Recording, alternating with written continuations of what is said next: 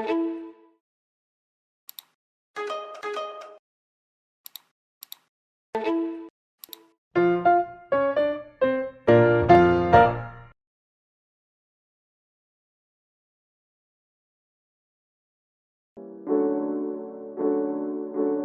is up, guys? Welcome to another episode of This Is Not an Ad, a video series wherein we advertise the lives of students and professionals from the advertising world. I am your host, Angela Adop, and I'll be with you today for this term's podcast. This Is Not an Ad is brought to you by the Ad Create Society, bringing you entertainment and information from the finest students of De La Salle University, as well as professionals in the field of advertising. Yes, you just came to the right place. But before we get into it, go give us a like, comment, share, and subscribe to our social media platforms. You know where to find us. Alright, so we are now in our third episode of This Is Not an Ad. I would like to thank our loyal listeners out there who supported us from the very beginning. If you haven't seen the first two episodes of This Is Not an Ad, please go give us some support and do check them out.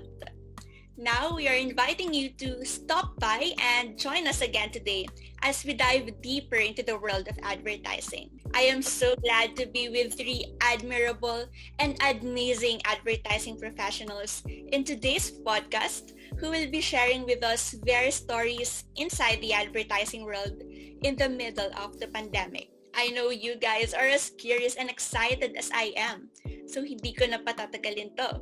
Let us now begin and meet them. So before we officially start, can you tell us a little bit about yourselves? Like, how long have you guys been working in an ad agency?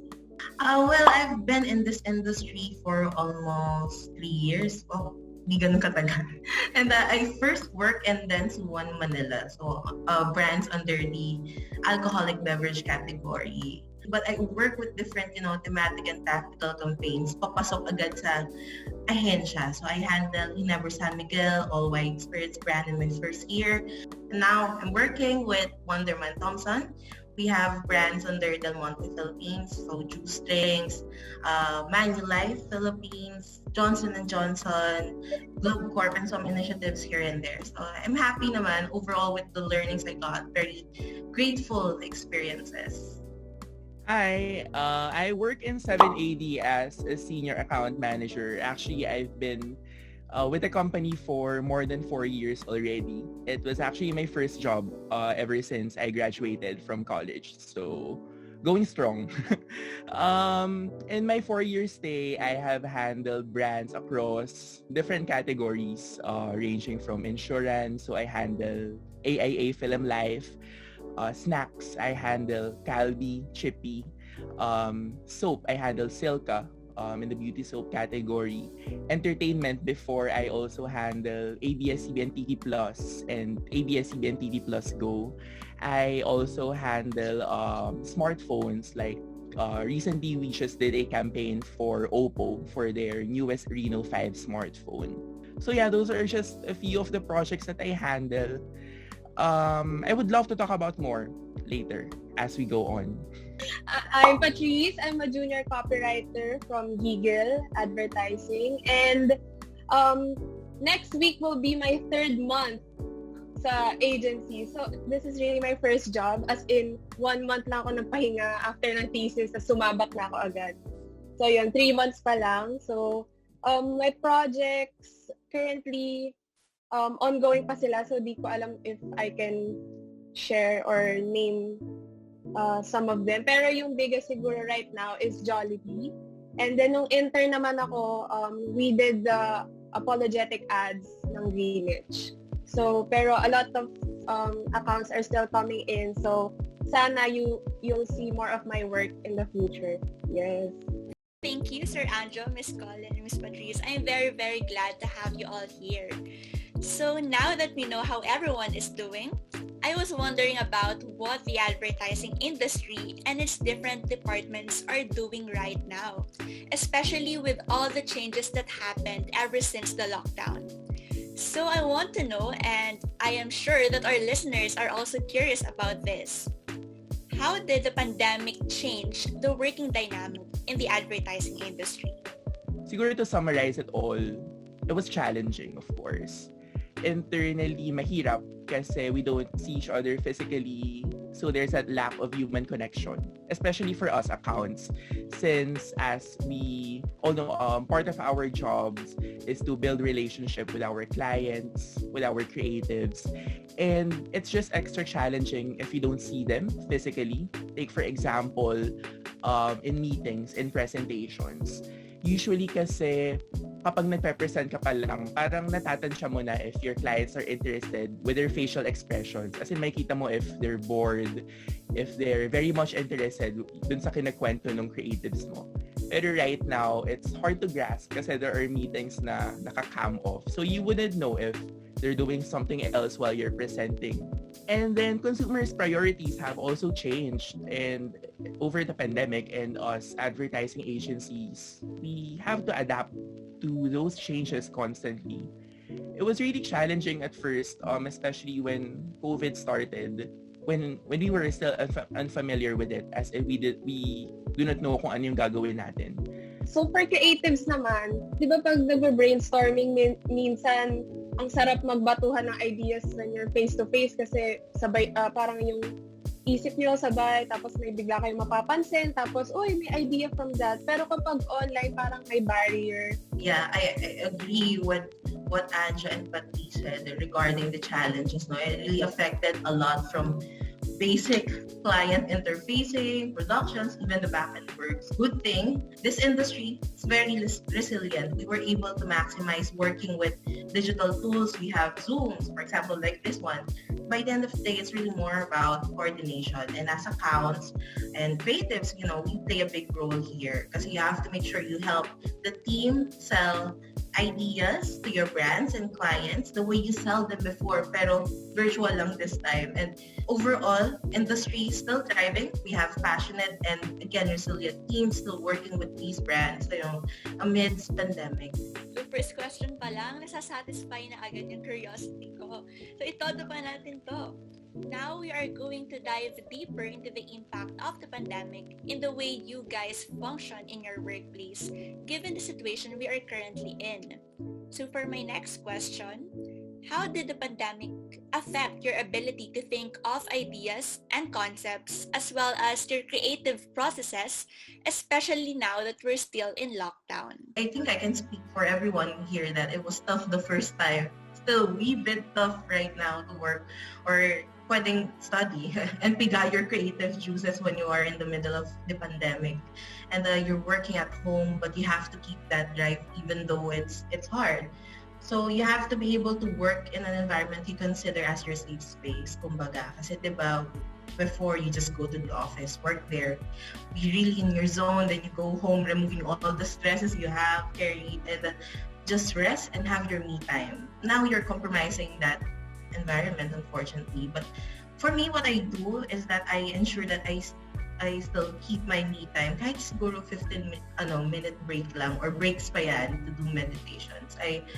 I detach myself from work, talk to the people here sa house. It's very important kasi in keeping that drive na you don't just get stuck working. It really helps pa in having a clear mind to understand the client brief and think of ways on how to work on it creatively. So that's the thing I use, right? And that's how I try to keep myself motivated and driven by giving myself more rest and at the same time still working. So hindi kasi natin pwedeng iwan yung work, diba?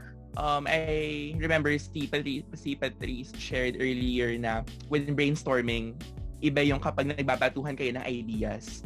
While I know that we can still do that online, it's just more challenging now because there's a screen barrier between the two of you.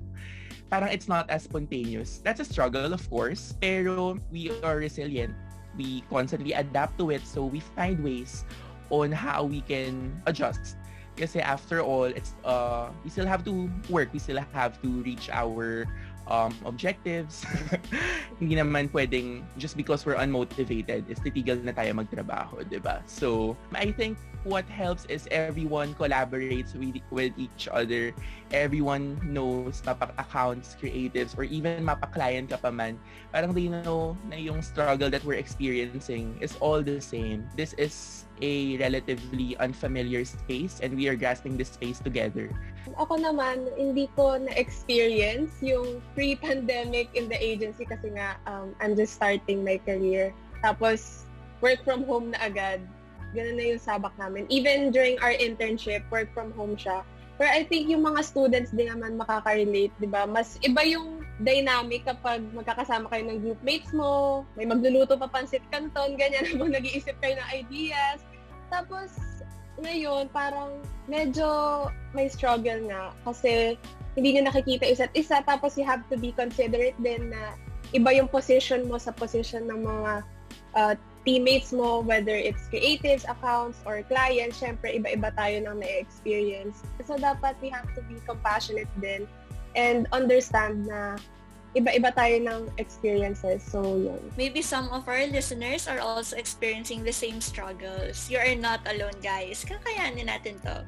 So, for my next question, siguro we can combine two questions in one na. So, since most people are working from home, what are some challenges that you experience when working with others virtually? And are there any opportunities of working behind the screen compared to working physically? Okay, let's start with opportunities. Well, first is I'm able to multitask. I'm able to do other things in between sa bahay kapag wala masyadong sabit.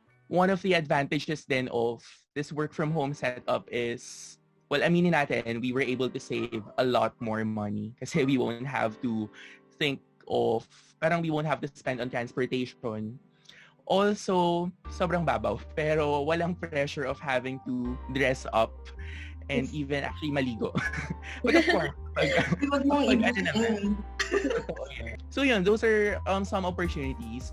Challenges, I think we've touched on it. We've touched on those earlier na, pero I think to add, one of the biggest challenges na I'm experiencing is whenever I have to work overtime. Kasi alam naman natin na madalas ang OTs dito sa ating industriya. And iba kasi kapag nag-OT kayo in the office together with your team, tapos magdi-dinner kayo before, ito nga yung sinasabi nating the calm before the storm. Tapos, sabay-sabay kayo mag-OT, magbabatuan kayo ng ideas doon, parang damay-damay. Versus now that you're working overtime at home, rather than resting in your bed na nasa same room where you are working, you have to work. Yeah. So ako, siguro, I'll start with opportunities rin, just to make it, very positive. So, ako very personal, working behind the screen versus physical interaction is something that the introvert part of me loves. So, parang kasi ng introvert-extrovert ako. You're dealing with people virtually lang. So, I guess it's just, it gives you more time and opportunity to think about your next steps, may it be from a reply to client or giving comments from the usual internals or creative briefing. It gives you that lead time to arrange your thoughts kasi you're not putting yourself on the spot. So, no pressure, diba? And in terms of cons, my personal experience, still experiencing it, I'm here in the province kasi right now in Bulacan. So, people are very, very happy people. Minsan, may mga talagang sakto, guys. 9:30 a.m., may meeting ka. First thing that you worry is, shucks, yung kapitbahay ko, video okay. So, dahil sa lahat mo ngayon yan. Tapos, very usual, may aso, may dog ka na alaga. You're presenting to client and your dog talaga will bark on time when you're about to start talking or pitching ideas. But yeah, most of the minor, not so major challenges are related to virtual meetings because you have to worry about your environment, worry about your internet connection. But really, this is where everyone has to keep an open mind. Again, that we can't really have a perfect run right now. Sa akin naman for opportunities, I guess mas madaling makita yung time ng mga tao. Kasi we use this application, yung Sling. So makita namin yung schedules ng bawat isa. So if we need to schedule meetings, sobrang dali lang i-gather ng buong team kasi nandyan lang sila virtual. pati yung clients, parang andali nilang makausap or ma-book for meetings kasi di na natin kailangan magkita-kita in one place. Ito yung challenge ko, kahit nung college pa, tapos may online class, parang hirap gumising sa umaga kasi isipin mo, dito ka lang din naman sa bahay, tapos ito lang yung kama mo, tapos dito ka lang sa desk mo mag-work. Parang hirap gumising. Parang minsan nakaka-unmotivating yung feeling kasi parang, ito na naman, dito na naman tayo, wala na naman ako ibang taong makikita. Screen lang naman yung kaharap ko buong araw. So, yun. I also believe na marami pa rin naman nag-a-adjust sa current setup natin. Just like my fellow students who are still adjusting to an online learning environment. So, for my next question, do you agree that the pandemic created an opportunity for advertising in terms of in-home media consumption? Why or why not? Well, yeah, the pandemic definitely gave a lot of opportunities to adapt, for us to adapt to innovations, right? For agency and the brand to rethink and re-strategize their participations in these innovations. So the usual brands who lean more sa traditional media releases or placements, they also started penetrating the digital as well because a large chunk of our population right now, we are in the digital space. So definitely, there is a shift in terms of priorities in placements. But yeah, in home media consumption, it's definitely important pre-pandemic pa naman. But again, depends on your material and campaign na nire-release mo out there.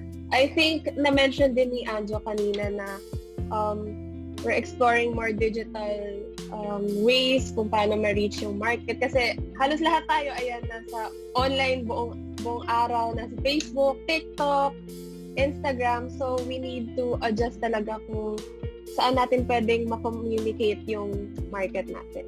Even before pre-pandemic, during pandemic, there are a lot of opportunities na naman for in-home media consumption. I guess it was just further amplified or parang mas marami lang tayo nagagawa ngayong pandemic since everyone's stuck at home. So as brands, parang we study the behavior of our consumers. We know naman that they're on their smartphones almost the whole day, scrolling on social media, watching videos on YouTube. So parang as a brand, we've learned to utilize these platforms more by serving more content here. Okay, thank you all for your answers. So my next question naman is specifically for Miss Patrice. Okay, Miss Patrice, since malapit ka na graduate, congratulations naman. Our listeners may be Thank you. about the process of graduating in this current setup, as well as the process of finding an internship or a job. So I would like to ask you, what do you think is the biggest challenge in the process of graduating and looking for an internship or a job given the current situation? Mas madami ka opportunities to look for jobs, especially in our industry kasi hindi naman lahat nagre-require ng pumunta ka sa office. Most of us work from home. So, mas panatag ka na safe ka even when you're working. Tapos for internship naman, kasi what we did, naghanap talaga kami ng mga contacts or mga emails ng mga agencies na gusto namin pasukan. And talaga tinrabaho namin siya na in-email namin sila, kinontak namin even through LinkedIn or Facebook kung may kakilala. So, kailangan maging porsigido ka talaga if you want to find an agency na tatanggap sa iyo for internship. And make sure din na madami kang matututunan during your stay. Yan, may idea na siguro yung mga listeners natin na graduating din this year. As we may all know, it is not just the working class who transitioned into the online setting. Students also adjusted to the online learning environment. And I believe many of these students are undergraduates who are looking for internships. So I would like to know, and I am sure that many of our listeners would like to know your answers to these questions as well. In what ways do physical internships differ from online internships in an ad agency? Is the process more difficult or is it easier? Well, it's a mix eh. Pero it has become more difficult in a sense na ako kasi when I mentor interns, gusto ko na natututukan ko sila. Parang I would want to provide feedback personally, dun sa outputs nila. I would also, if there's an opportunity, then I would want them to shadow me while I work so they can see how work gets done. But siguro one of the advantages of online internships is that it becomes more open for everyone. Mas marami yung pwedeng naming i-admit. So, ayan, for example, si Jelly, she was one of our interns last year. One of the limits rin kasi of physical internship is we can only get so much because we don't want to populate the office naman with too much people. But what we noticed last year when we had our first ever online virtual internship program was we got more interns than before. Parang before we would only get 7 to 10. Pero last year, I think we got 25. So, parang to be able to share information and lessons about advertising to more people, to more students, I think that's something good na lumabas ito sa online internship na ito. So, ayun. Actually, yun din yung sinabi ng agency namin while we were interning na swerte kayo kasi work from home ngayon kasi kung hindi, di namin kayo matatanggap kasi wala na kaming space sa office. Pero since work from home naman, you have your own laptops, pwede kayong makatrabaho sa bahay. So, mas naging productive yung internship namin kasi talagang you feel na you're part of the agency sa mga ginagawa nila for creative, socials, accounts, yun. There's no doubt na iba pa rin talaga kapag physical internship. Pero it is nice to hear na may opportunities pa rin naman ang online internships ngayon. So for my next question naman, are there other alternatives that students or individuals interested in the field can do if online internships are not available? I think what they can do is freelance.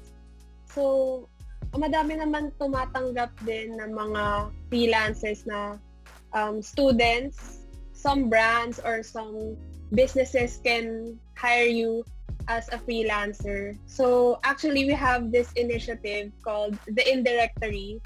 What we do is we connect freelancers to clients na naghahanap ng creatives or accounts, yung mga hindi long-term commitment na pwedeng gawin even ng students. Actually, podcasts and webinars like these actually help. So I really admire you guys for setting this up kasi back in my time, walang ganito.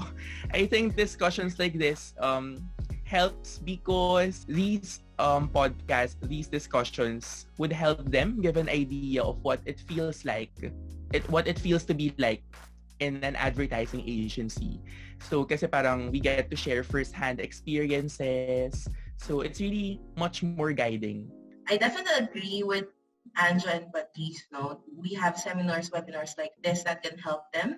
And I think apart from that, you do extra work. You take time to research and watch ads, try to analyze them, look at it in a fresh perspective, consumer perspective, kumbaga, because that's what agencias or agencies are looking for.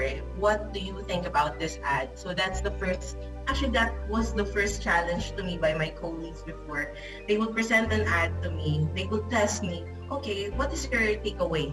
So, yung mga first time ko dun sa company was really hard for me. Sabi ko, shucks, wala tagang alam. Pero I had to take time to learn and be able to grasp things. Pero grabe talaga, no? It seems like all of us got to experience the challenges brought by this pandemic. Parang walang may kayang tumakas. Of course, we all want to go back to our regular lives where we could go outside without having to wear face masks and face shields. The post-pandemic era is truly something that we all look forward to. But sadly, we could say that the future is still uncertain for all of us. So with that, I want to ask you guys, what do you think would be the new normal for the advertising industry in the post-pandemic era? Do you think the advertising industry can still go back to how it was before? Or what changes can you foresee? Definitely, we can keep the practice of using digital tools with client meetings and interfacing. But from the sentiments I've heard with my former colleagues or even present workmates, ay iba pa rin talaga if you can do things face-to-face. We're hoping, of course, that this pandemic will end soon. But takeaway we gathered from the new normal of working is There are meetings that you can definitely ace and sell virtually, and there are that you have to exert more effort, kumbaga, in being physically present. This gave us more opportunity, yes, to be agile at home. So maybe in the post-pandemic era, which I really hope soon, we won't be required to stay in the office as much as we did during the pre-pandemic era. I think agencies in the future, baka maging hybrid na, like what Colin said, na siguro may days na nasa office, then may days na work from home, because nakita din naman natin na kahit work from home, we can still be productive. And yun nga, some meetings, pwede namang email na lang, hindi na kailangan makita-kita or kahit virtual. So, ayun, maybe doon na papunta yung industry natin. Well, of course, there's still that part of me hoping that we will still go back to how it was before. But it's really hard to say now, given our current situation where progress seems to be so slow. But yeah, agree that it's going to be a hybrid setup in the future. I think we are all preparing for it as early as now. While work from home works, I believe na iba pa rin kasi yung culture when you get to work together in a physical office. Iba yung relationships na na-establish, iba yung bonding nyo with your office mates kapag physically kayo magkakasama. Yes, I agree. Thank you all for your answers. So for the next one, in your opinion, do you think out-of-home advertising such as signs on billboards, taxis, buses, trains, and the like will still be effective in the next few years given the situation? Yes, for me, I think it will still be effective. It would depend rin kasi sa target market mo eh. Not all industries could afford to do a work-from-home setup. For example, manufacturers, yung mga blue-collar workers who would have to go to office, who would have to go to work every day physically, they still commute. And mostly, sila rin naman yung target ng brands. For example, masa brands. So I think out-of-home advertisements would still be effective for them. For me, the new normal definitely gave brands an open opportunity to ride on being digital first, diba? Every year we have again different innovations coming in.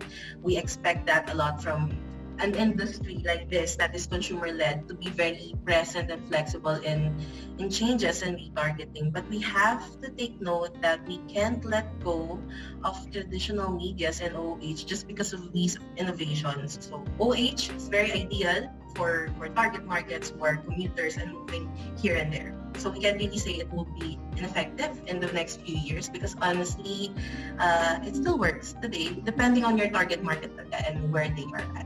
Sobrang interesting ng conversation na to. I hope you guys are having fun because I really am. Share dapat tayo sa happiness dito. Okay, so for the next part of our talk, mas gagawin pa natin tong interesting. Pero bago ang lahat, trivia lang about me. I am an advertising student, but I just shifted from another course to advertising last term. So bago pa lang ako sa advertising world.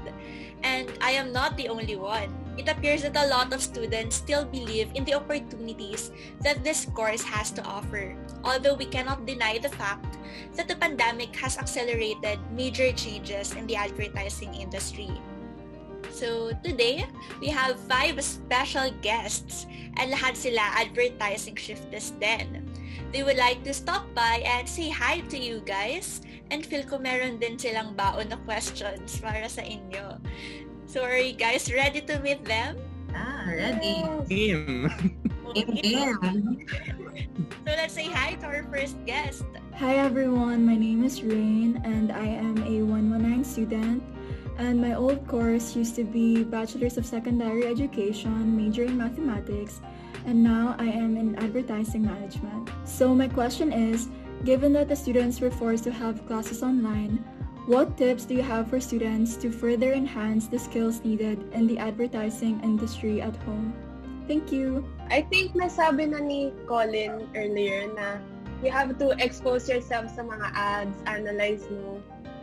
Kasi it can be learning din para sa'yo na, ganito pala yung ginawa nila, strategy, or paano mo siya ma-interpret yung mga ads na nakatarget sa'yo, bakit sa tingin mo ikaw yung nakatarget sa ad na yon, mga ganong bagay that you can do at home on your own to train you pagdating mo sa agency na makikita mo, ganito yung nangyari sa akin before, I can apply it now sa work. Again, even the most basic questions you can, while looking at the ad, no? Parang, sino kayang target market nito? Ano kayang insight? What is the brand trying to communicate? What is the role of the brand? What is the key message? So yung mga things that will help you really analyze mga questions like that, it's very important. It would really help you while, you're studying advertising na rin naman. You have that kind of edge, diba? Well, against everyone, siguro. An advice I would give you is to go to awards websites. For example, Cannes or New York Festival. And then just see yung mga winners yung mga different winners doon. I think that would inspire you to parang check out ads, to check out creative ads. Parang how were they able to sell these brands creatively. Check ko sino yung Grand Prix winner. Tapos pag nakita ko yung ad, parang wow, ang galing naman. So parang it would inspire me more to further my work, to further my craft. And para kapag sasabak na ako dito sa industriya, alam mo yon, equipped na ako with knowledge, equipped na ako with skills, inspired ako to do ads like these. So, ayun. Okay, let's say hi to our second guest naman. Hi, I'm Denise Dela Cruz, ID 117, and my previous course was under BAGSID, Early Childhood Education, and then after a year I shifted to BS Advertising Management, and that's my current course now. And my question is, knowing the competition of the market right now online, what tips can you give to make advertisements unique? I think you need to understand your market talaga. Kasi if you want to reach them, you have to think like them din. So you can come up with ideas or campaigns that can communicate your message to your audience or your market. You have to be in their shoes para makausap mo sila on a level na hindi ka, yung ad mo, hindi mag-drown out sa mga sobrang daming ads na lumalabas. And you have to siguro hit an insight na wala pang nakaka-explore before. So, yeah. For me, well, the first question you should consider is what makes your brand unique? What makes your product unique amongst all competitors in the competitive landscape? So what makes it unique? Ano bang binibenta mo? Your RTB? How do you want to position your brand in your consumers' lives, diba? So, and then, as what Patrice mentioned, you should understand your target market. Nasaan sila? Where are they active? What do they feel? Ano yung consumer behavior in terms of purchasing, in terms of looking at products, in terms of being active, let's say, in digital or e-commerce platforms. So those are the things you have to consider. And when you get all the questions, all the answers rather, in these questions, that's when you start to re-strategize. That's when you start your campaign, and that's basically how you will make your brand fairly unique in the market. Siguro what I would say, well, it doesn't apply to all, pero I think it helps if you would challenge the brief. Alam naman natin na meron nang gustong ma-achieve yung client, diba? But if you challenge it, that's something unexpected. That would be something unique. That's something that would wow your clients. It doesn't apply to all kasi as we know naman, merong mga ibang brands na very conservative. For example, if you're working for a pharma or medicine na brand, keep in mind that while you challenge the brief, you should still consider na dapat ma-achieve mo pa rin yung objective of the brand. Alright, let's go meet our third guest. Hi, my name is Angelica Solis, ID 117, taking up advertising management. So for my question, with so many startup shops and companies right now, how does this affect advertising agencies knowing that these businesses produce their own content as well? I think it's parang to each his own. Na there are small brands, there are shops who do not need an advertising agency to create content for them. I think it doesn't apply to all kasi there are brands or big brands that need help. A fresh perspective from a third-party agency, someone who is not part of their team, someone na hindi involved din sa brand na yun, para lang to have a different take on things. Offhand, it doesn't really affect the agencies right now.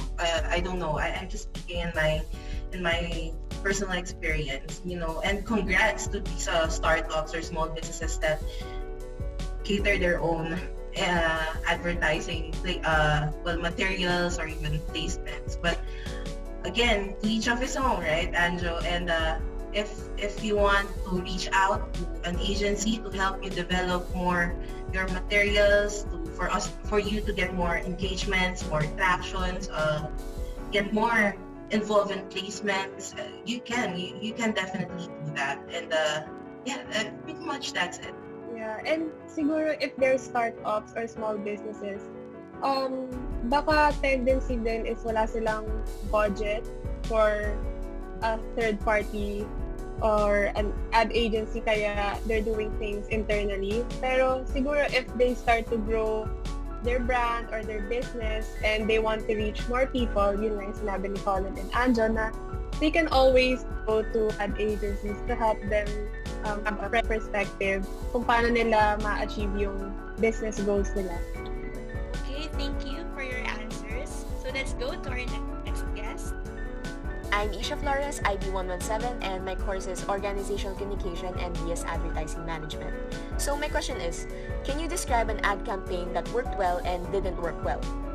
Well, only the clients and the agencies don't know that. We can really share what are the campaigns that didn't work well.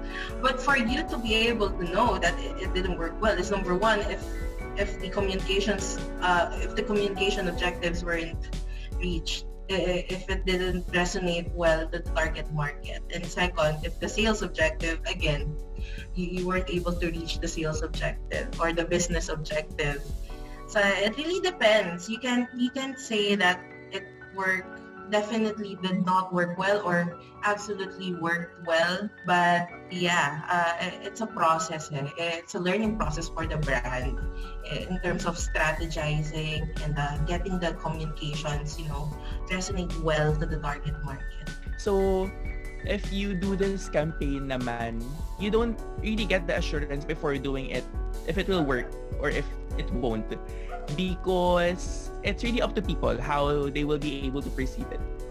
But I guess if to answer her question on how do we measure effectiveness of the campaign, well, for example, for some of our brands, we do brand lift studies. Brand lift studies are pero we do this on digital mostly, wherein we serve ads and then parang we just serve random questions to people. Well, kapag hindi nila pinili yung brand namin and then most of the answers is etong brand na to and not yung sa amin, then I guess somehow that's a measure of our campaign not being effective. Yeah. I think ang hirap din sagutin ng question kasi ang daming factors to consider nga, as they've mentioned, and depende talaga sa brand and what they want to achieve with the campaign. So madaming process sa pagdadaanan, madaming factors to look into. So Alright. Okay, thank you po. So let's go say hi to our final guest for today. Hi, I'm Dana De Leon, ID 117, and my past course was Communication Arts with Advertising Management. Now, it is only Advertising Management.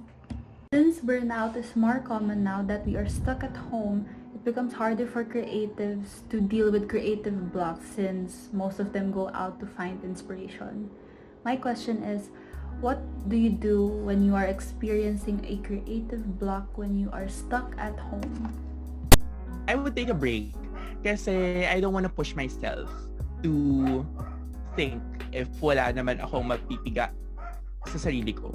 Yeah, I agree that going out inspires you. Pero now that we're stuck at home, siguro what I do as an alternative is to browse on social media, just see how people think, see how people behave in these days. And I think that helps if I need to gather some insights or gather some behavior from people. Yeah, take a break, no? Take a break, meditate, do yoga, exercise ka saglit.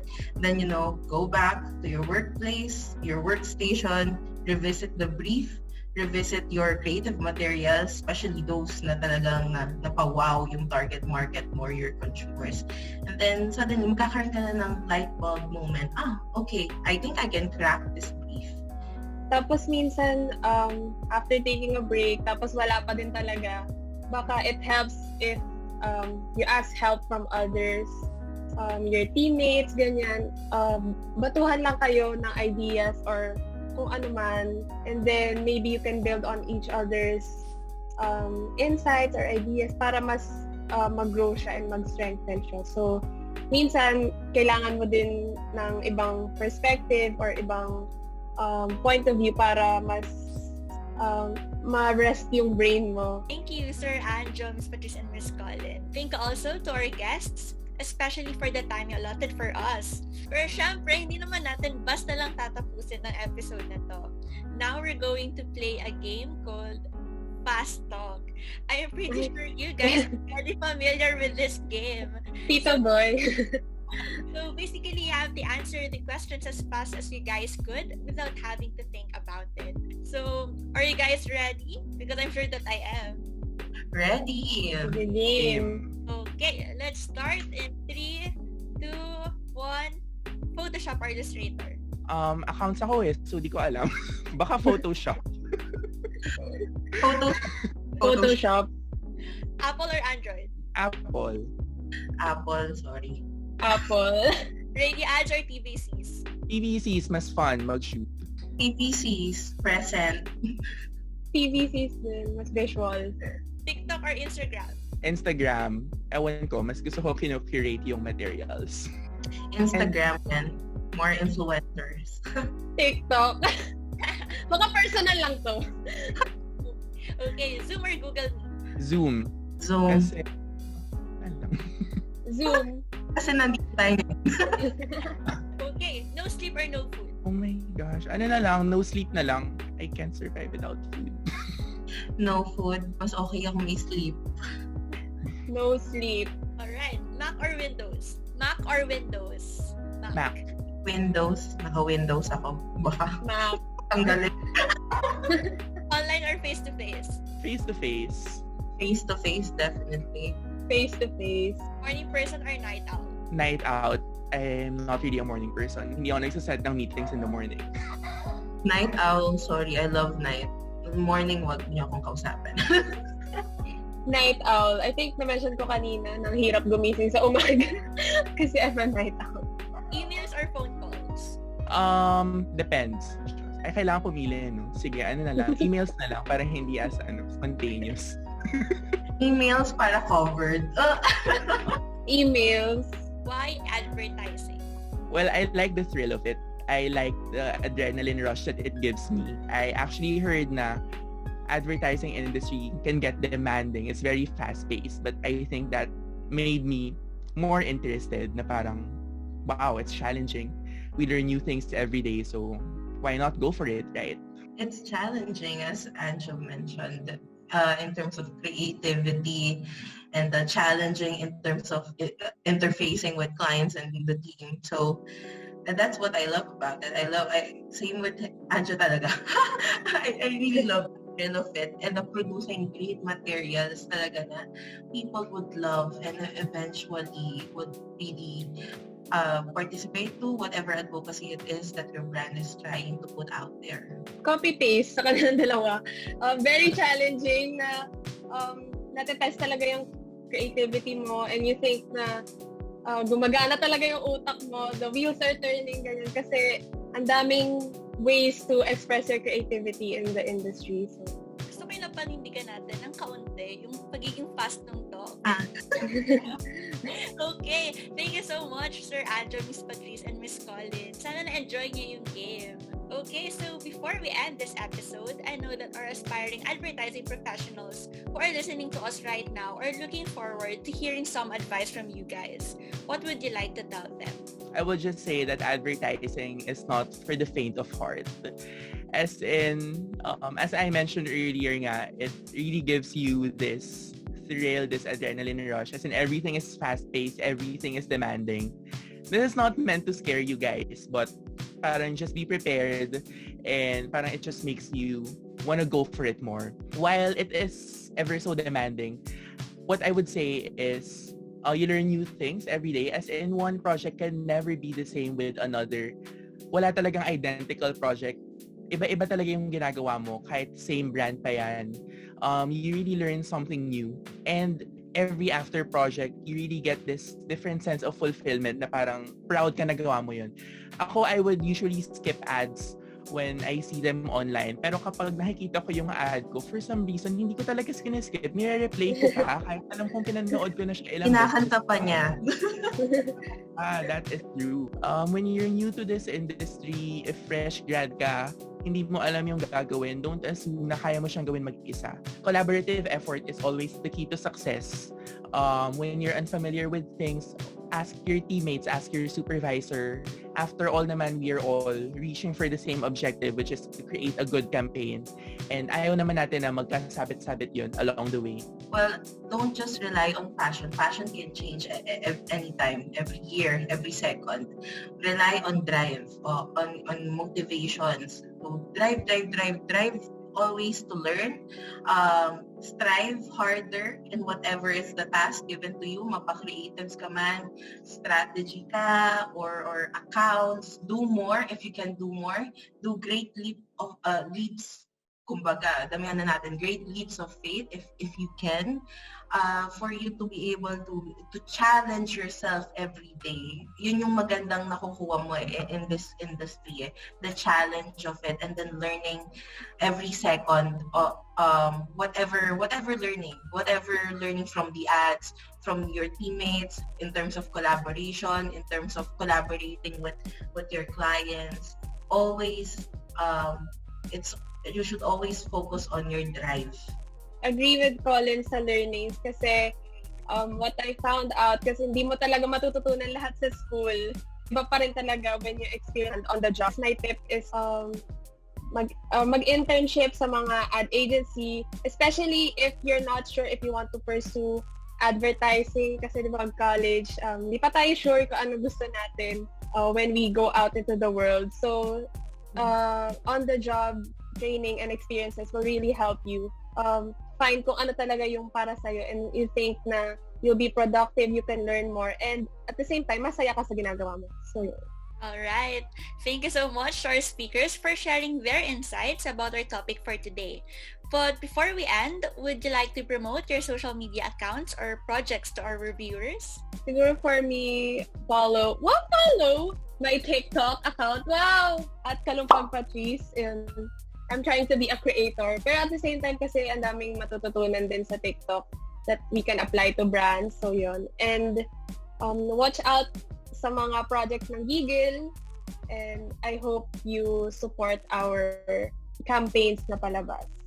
Sige, well, you can follow me on Instagram at Anja Pacumio. That feels weird. Pero, ayun, so, well, nagsa-story naman ako doon minsan about agency work. So, if you guys just wanna, see how it is. So, minsan may mga ganong stories. And then, I would also like to promote one of the brands I handle, Chippy, and Calvi. You can follow them on Facebook. Sige, promote ko na rin yung follow 7AD on Instagram. That is 7AD Manila on Instagram, and on Facebook it's 7AD. So if you guys want to check out other campaigns from other brands, yung mga brands na hindi ko lang naman handle, you guys can check it out there. Follow my Instagram. Bio is advertising slave or accounts. So that's my bio. And likewise, follow our agencies. For me, Wonderman Thompson, you get to see more ads, get to learn from them. If you really want to how do you say this? If you really want to learn more about what are the materials that are being released by different brands, go and follow our pages. Thank you so much for your time, Sir Anjo, Miss Colin, and Miss Patrice. I really enjoyed our chat, and I'm sure our listeners did too. And good luck on your future projects. So that's a wrap for episode 3. Thank you so much for hanging out with us today. Hope you all learned a lot in today's podcast because I really did. All thanks to our very admirable and inspiring advertising professionals guest speakers. Again, if you haven't watched the first 2 episodes of This Is Not an Ad, you can go and watch them in the Ad Create Society's Facebook page and YouTube channel. To all our listeners, do not forget to like, subscribe, and leave us a comment. For more updates, you can check out the Ad Create Society on all social media platforms. Wear a mask, stay safe, be nice to people, and we will see you again on our next episode.